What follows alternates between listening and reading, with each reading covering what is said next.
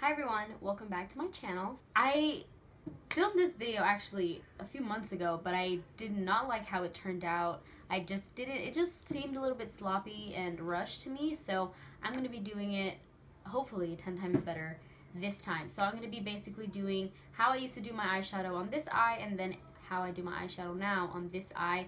Just the techniques that I do, the brushes that I use, the colors that I use, just all of that. We will get into that in today's video, so I hope you guys enjoyed today's video. I'm really excited for how it's gonna turn out and how I'm gonna be able to see kind of the difference of my makeup over the years. Alright, so brows are done. Are they even?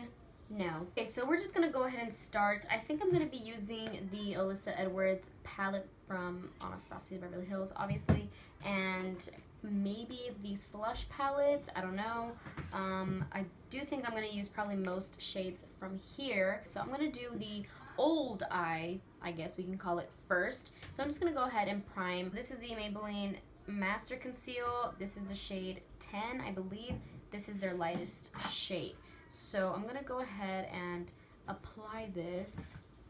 Now I'm going to go in with some powder. This is the airspun powder.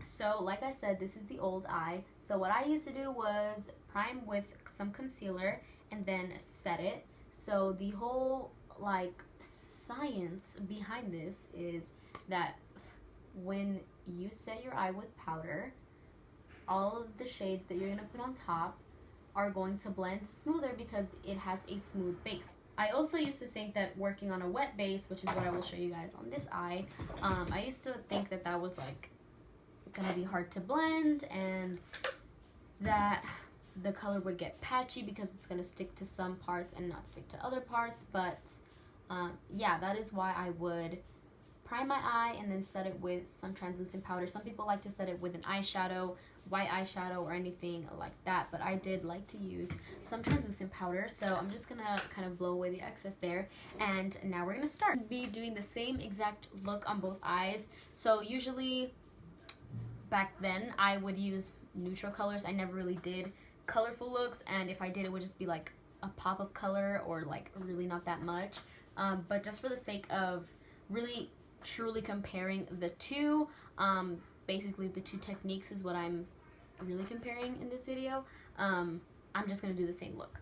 So I'm gonna start with the yellow from the Alyssa Edwards palette, and I'm gonna take that on a fluffy brush and just do windshield wiper motions. Ooh. So this is my transition color. So the way that I would work is start with the lightest color, which is your transition color, and you want to always put this down first because it is going to help the rest of your colors blend into it. Since this color is already put down, whatever color you put next is just going to blend really nicely because this is basically the base for it. I'm just really building up that yellow color, and as you can see, it is still pretty vibrant. Even on this set base. I'm going to use this orange from the Slush palette, and I'm going to take that on another pretty much fluffy brush. I didn't really use smaller brushes, just fluffy brushes, because I just thought that that would blend it out better. And I'm just going to put that right underneath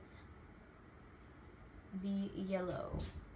And I want you guys to know that I am not like purposely trying to mess this up to make this video like go the way I want it to go. Like, it's not like nothing like that.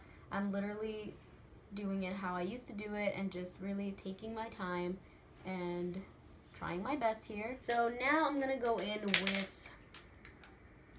pink, and I'm gonna use the pink from the Alyssa Edwards palette.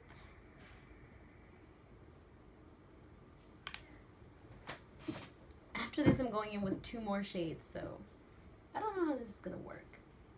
I'm getting a smaller brush now. It's not as small as I usually use now, but this is definitely smaller, and I am trying to focus this more in the crease, but I am going in with a few other shades after this, so I still want to blend this like up. I'm gonna go back in with the orange right on top of the pink to really blend it out and just make it like more seamless. Lastly, using the yellow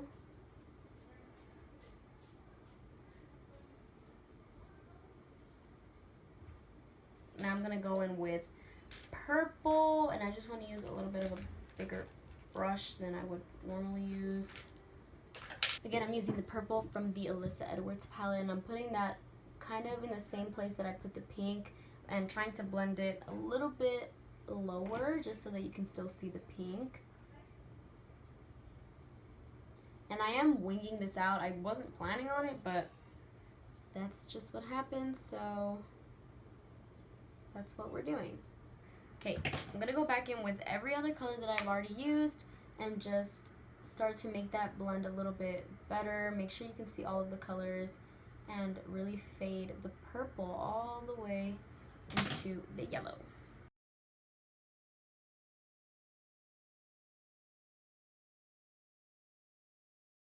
The very last shade we're going to use is the blue that is in the Alyssa Edwards palette, and I'm just going to blend that right over top of the purple.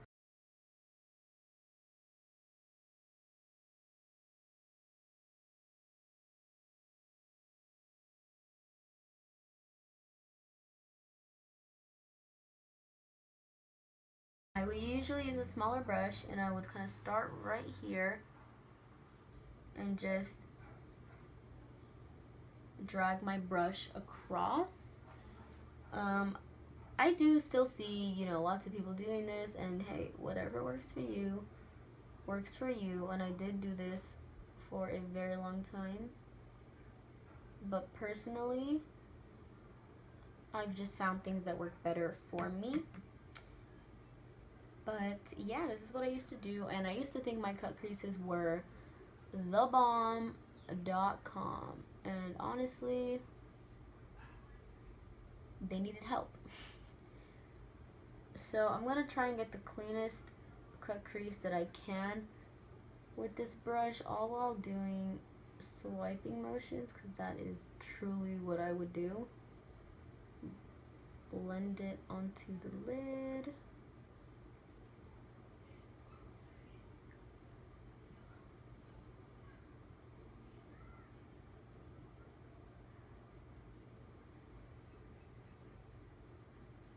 I'm going to get the blue and blend that right here on the edge and just kind of make it blend a little bit better.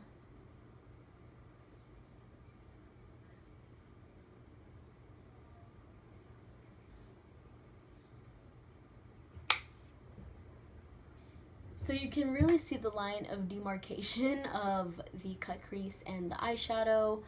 You can see where I tried to blend the blue, it just really stuck to the base, you know, the cut crease base, and it just kind of blended away on the eyeshadow part of it. So there's that. I'm actually going to mix 2 purple shimmery shades, one from each palette that I'm using, and I'm just going to go ahead and spray it. This part isn't really different.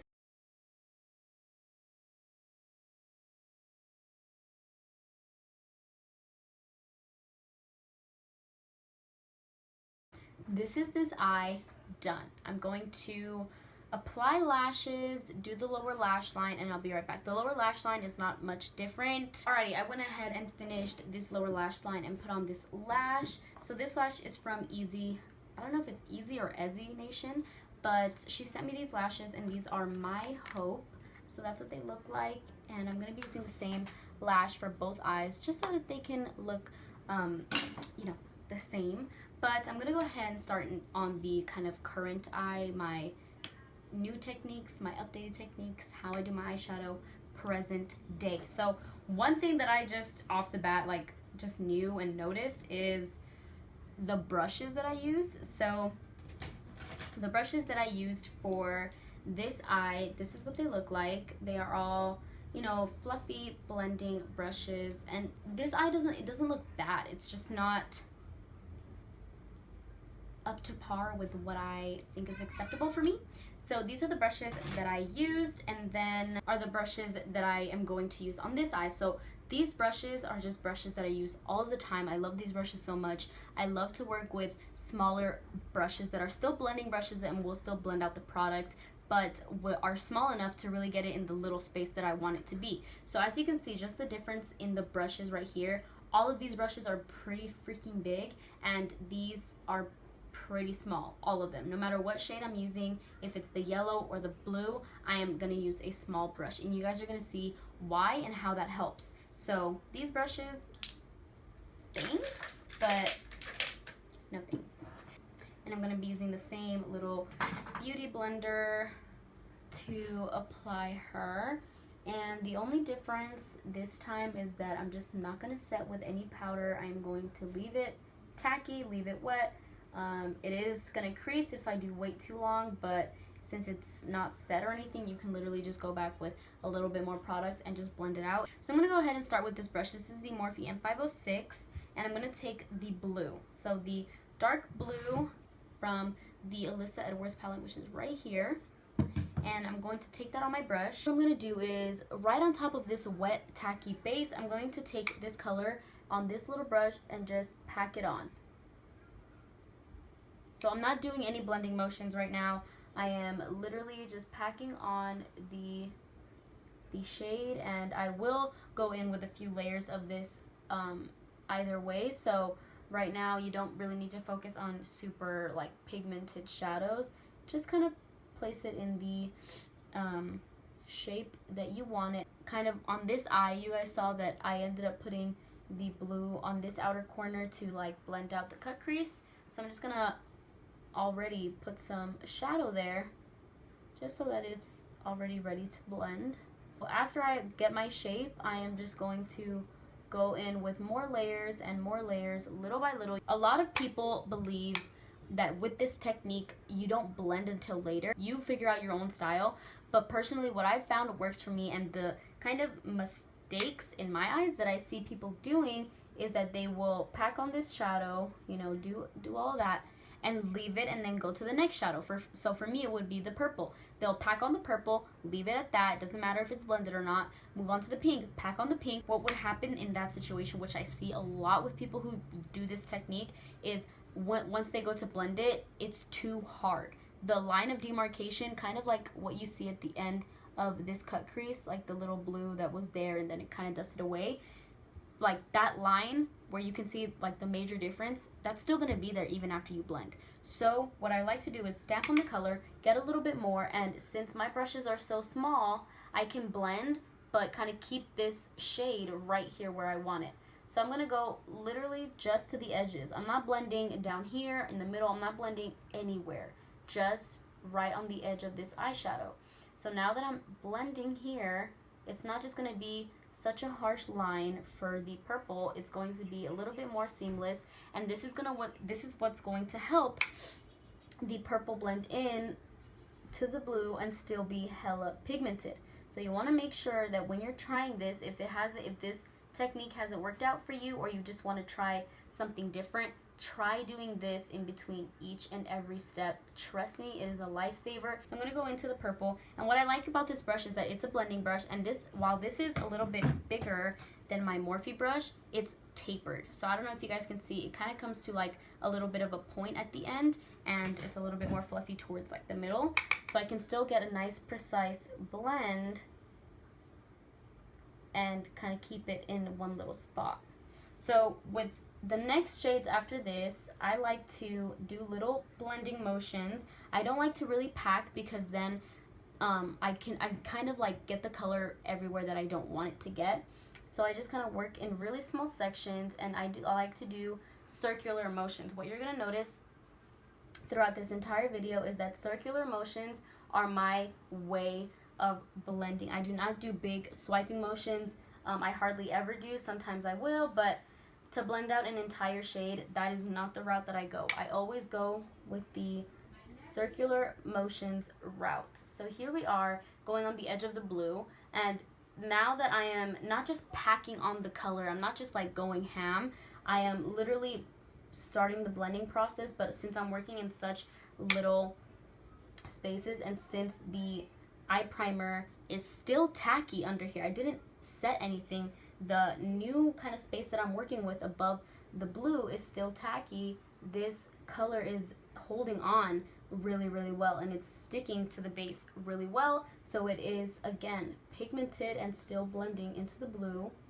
You know, depending on how many colors you're using for your eyeshadow look, you know, you can blend a little bit higher, blend a little bit, you know, more loosely. But since I'm doing like 5 colors, I really want to make sure that I am keeping every color really controlled and that I'm not getting it everywhere, because then I'm going to end up with this situation right here where, you know, the colors are just kind of gone. You kind of can't see them because, you know, I didn't make a good use of the space that I have on my lid. Actually, I'm going to use a super tiny brush. This brush, I don't know where it's from. I know it's from Amazon, but I don't know exactly where. But as you can see, it is super skinny. Like, compared to this, it's longer and it's skinnier. But it is still nice and fluffy so that I can blend. And I'm going to take that pink and I'm going to, again, put it right at the edge of the purple.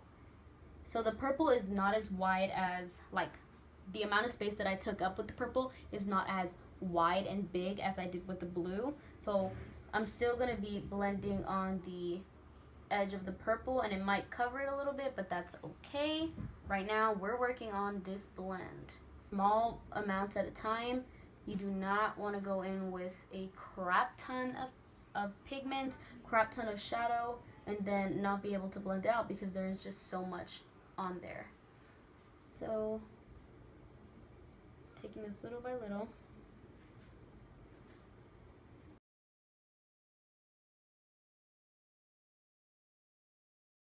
This is a Morphe M562, and this is another pretty thin. It's not as thin as the pink, but it is still thin. But now that I know exactly how much space I have left for the next 2 colors, I can kind of just mess around and like kind of with the size of the brush. It doesn't have to be super tiny, but I'm gonna go ahead and blend this right on top of the pink. And again, I might cover the pink, and like that's okay because I can always go back in with more pink. Since the little base is kind of already set there, it's fine, and the blend will still be there. So this orange is literally so freaking pigmented that you don't even need a lot to like have full color payoff. At this point, before I add my last shadow, I'm gonna go back in with the pink right in between that purple and orange, and just kind of make sure that it's still there. You can still see it. It's still helping the blend along, because blending purple into orange is a little bit harder. So like by now, this is when I will start doing the windshield wiper motions, because that base is basically already set with a bunch of eyeshadow, and I'm just trying to get that color back. So make sure that all of those colors are still visible and you're still going to be able to have all of the colors show up in this blend. And by now you really don't need to go in with a lot of each shade because it's like already super freaking pigmented. So the last shade, which is the yellow, and I'm using a Sonia Kashuk brush. This one came in a set. It was like the little set that had the snake detailing on the front. My snake fell off because these brushes are old. We're working in small sections, and now that we're getting closer to the brow, you want to be careful because you don't want to get eyeshadow on your eyebrow, and you know, you don't want to work too far up. So you're just gonna go ahead and be careful, but you will have a little bit of fallout. Like you can see some of the yellow falling onto my lashes. This might fall back onto your other shades that you already have on, but that's okay because like you guys saw, we can just always go back and reapply those shades.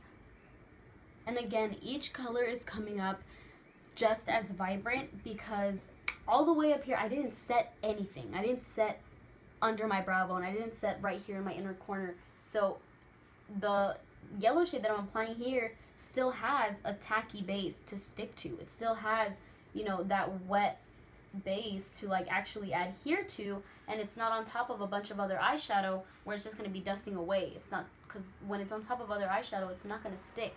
It's powder on top of powder. It's really not going to do much for you. This technique, honestly, like done the right way, it changes your eyeshadow game like, girl.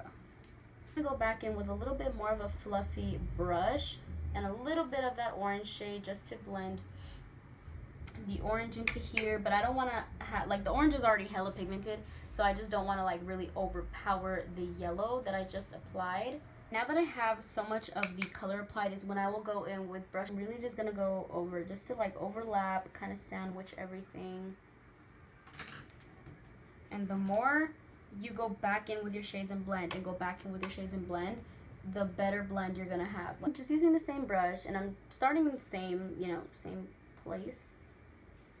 But this cut crease is gonna be stamped on, so I'm not dragging my brush across my whole eye. I'm really just stamping out and really mapping out where my crease is gonna be. And when you're doing a cut crease, I have a whole video on how to blend and cutting your crease and all of that, but just kind of reiterating it, you always want your cut crease to go higher than your actual crease. Whether you have hooded lids or not, you always just want it to go higher. You always want it to go higher so that when you're looking straight, whatever you're doing, you can still see that sharp cut crease line. So I don't really have hooded eyes. I do have like a few wrinkles like right where my crease is. So I do always just like to go above, and this does kind of like reduce the chance of transferring. So I'm gonna go ahead and start talking so that I can actually do this.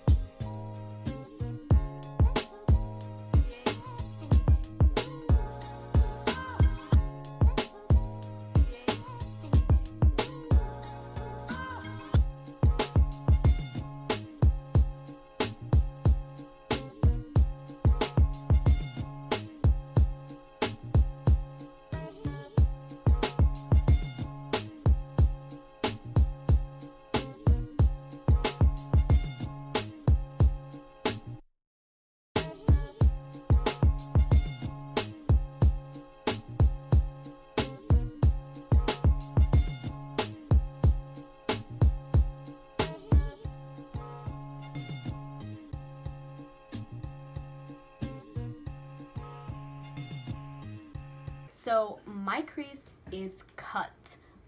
As you can see, that is a super like sharp line, and that is how I like my cut creases. I like them to be sharp, and I spent so much time on this cut crease. And as you can see, since we already had that blue shade out here, we didn't have to kind of put it on after everything. It's already looking like it's blending in with the cut crease, but just for a little bit more blending, I'm gonna get a little bit of the blue shade and just tap that over, which is what I did on this eye, but it just kind of dusted away into nothing. So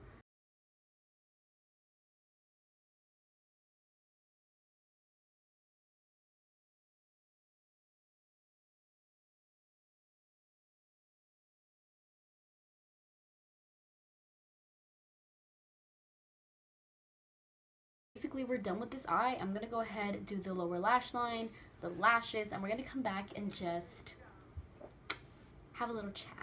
Okay, so I have just finished up my eyes. I'm not gonna do my full face just because it's already late and it's kind of hot here in California right now, so I'm just not gonna do all that. Just by looking at them, I do not even need to tell you one single word. You can see the difference. This one right here is the how I used to do my eyeshadow, and this one is how I do my eyeshadow now. And this one right here is not bad. It's not like terrible. It's just nowhere near to this. You can see every single color. You can see the blend. Like, there's no color that's being hidden. The cut crease is super, super sharp. All of the colors are vibrant. Everything is smooth. And then on here, they're just very dull. The blue and the purple are pretty much covered for the most part because the cut crease just kind of covered them. They kind of dusted away on top of 3 other layers of eyeshadows. All you can really see is the pink, orange, and a little bit of yellow. The outer corner is not super blended. The cut crease is still like pretty sharp. It's not super, super bad. So I hope you guys learned a thing or two about how I do my eyeshadow, how I cut my crease, how I make everything vibrant, pigmented, blend it smooth and just make everything really flow nicely. Don't forget to like and subscribe. All of my socials are linked down below, and I will see you guys in my next video.